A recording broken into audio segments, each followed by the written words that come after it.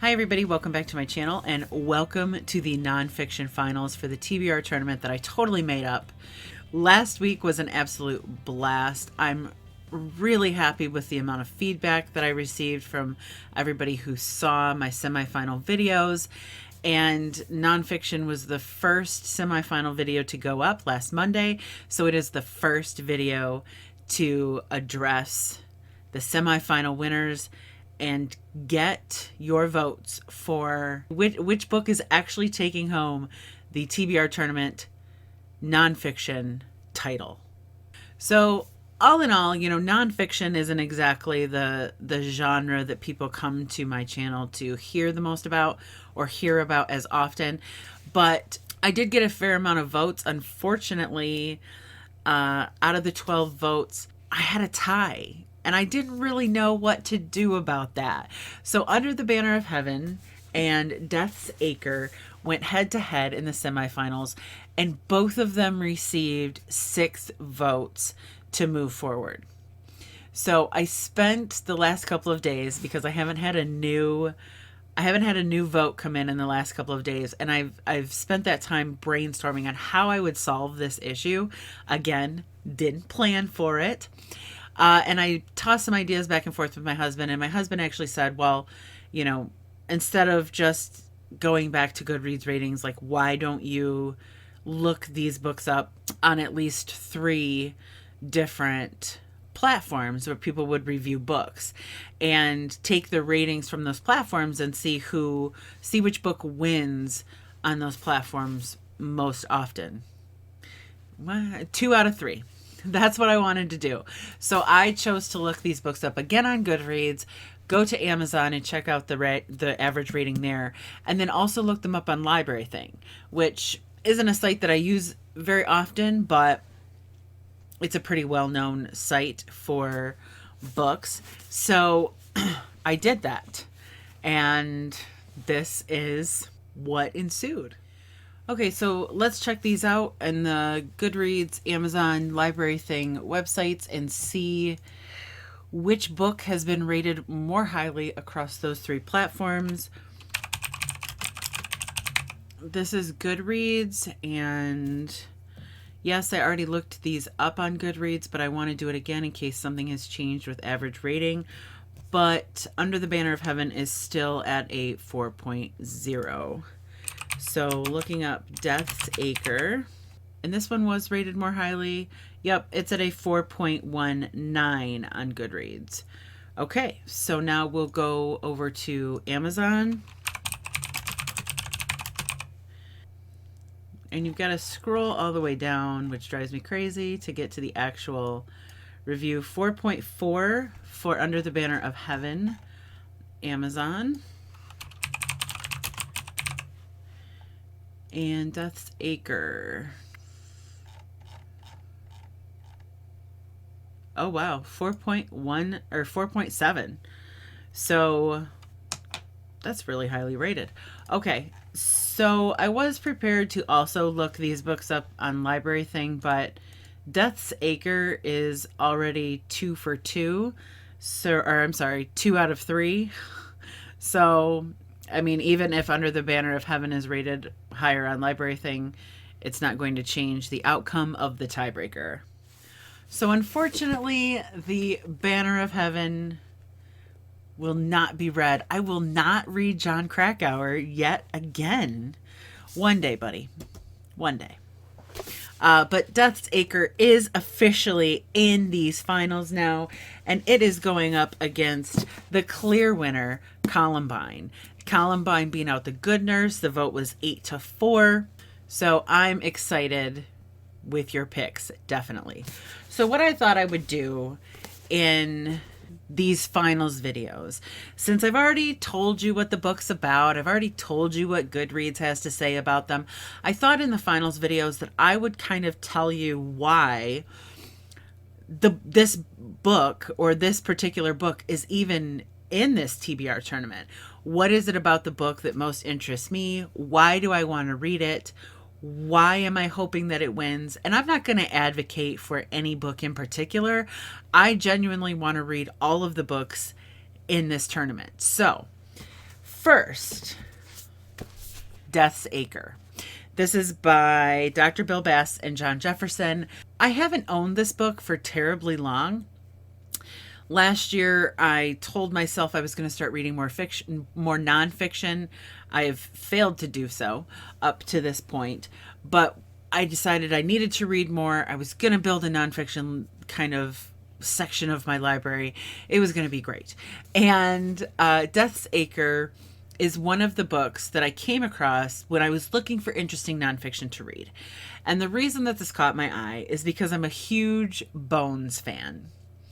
Now, if you're unfamiliar, Bones is a network television show that is actually based off of a series of books by Kathy Reichs, the Temperance Brennan series.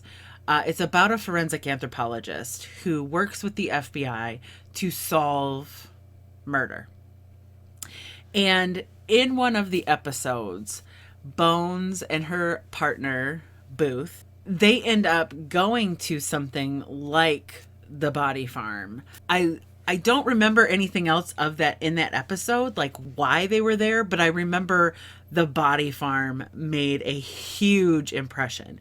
Just this place where bodies are decomposing for the sake of forensic science. And when I saw that there was a book about the actual place that this place not only exists, but I can read about it, I was super excited and remain super excited to this day. This book speaks to the morbid part of my soul. Let me know down in the comments if Death's Acre is your winner. I will also spare you the dun dun dun sounds in this week's series of videos. So I think we all know I can make that sound. I don't think I need to continue to make it. Death's Acre and Columbine. Columbine was your other winner from the semifinals. This book beat out The Good Nurse. This is probably not as exciting, or it's not going to be as exciting of a story for me to tell you. But I graduated high school in 1998, and I don't know factual information surrounding school shootings. I can't tell you if Columbine was the first, but I can tell you that as a person who graduated in 1998, this school shooting taking place in 1999 hit very close to home.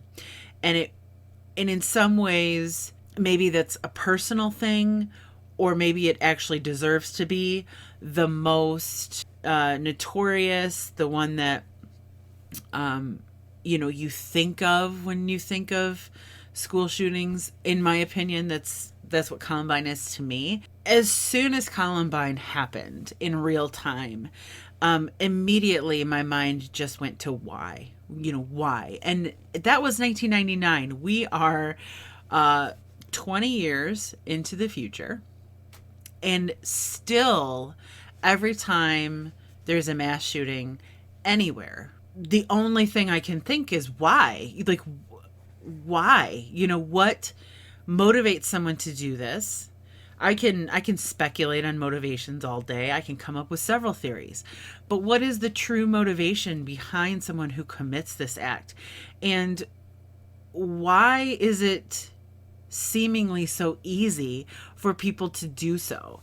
All of these questions I've had for 20 years, and they still exist.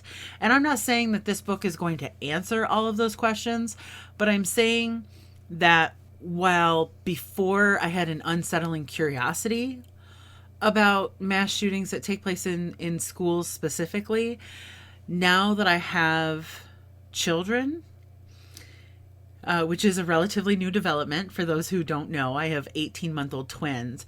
But now that I have children and I think about sending them off anywhere, but especially sending them off to school where I can't be with them, I want to understand it. I want to be able to have conversations with my children about it. I want to be able to send them to school, and not only with some knowledge about how to protect themselves, but also like how to maybe spot what the causes of some of these things, like why it's important to be kind to people, why it's important to get to know the people that you are around every day. What was once a curiosity to me has sort of become a mission to understand more, a mission to find out more. So I want to be able to speak intelligently about these things, especially to my own children. So it starts here. And this isn't, like I said, this book isn't the be all end all of that process. And is certainly, I'm not reading this for entertainment value. This is way more informative to me than something like Death's Acre is, which, while it is informative, is also the kind of information that you're like excited to learn. Let me know down in the comment section which book in the nonfiction category is your winner, Columbine or Death's Acre.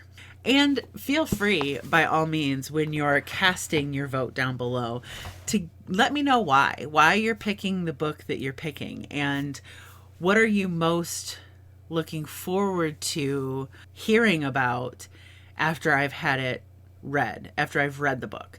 Because I would also like to read these winners with you in mind. Like, why are you choosing the book that you're choosing? What are you most excited to know about this book? Whether it's good or bad, or just, worthy of your time, etc. So cast your vote. Tell me why you're casting your vote the way that you are. Please also tell me if you want a reveal video where I just tell you what the winners are in a very exciting fashion, or if you would rather not hear what the winners are until after I've read the books. I'm not sure which way to go with that, and I need your help deciding. So I know that I've asked a lot of you, but if you could just also add that to your vote, I would greatly appreciate it. I will definitely be looking forward to finding out who the winner is, or which book has won. Which book is the winner? All of those things. Looking forward to it. Thank you so much for watching, and I will see you all very soon.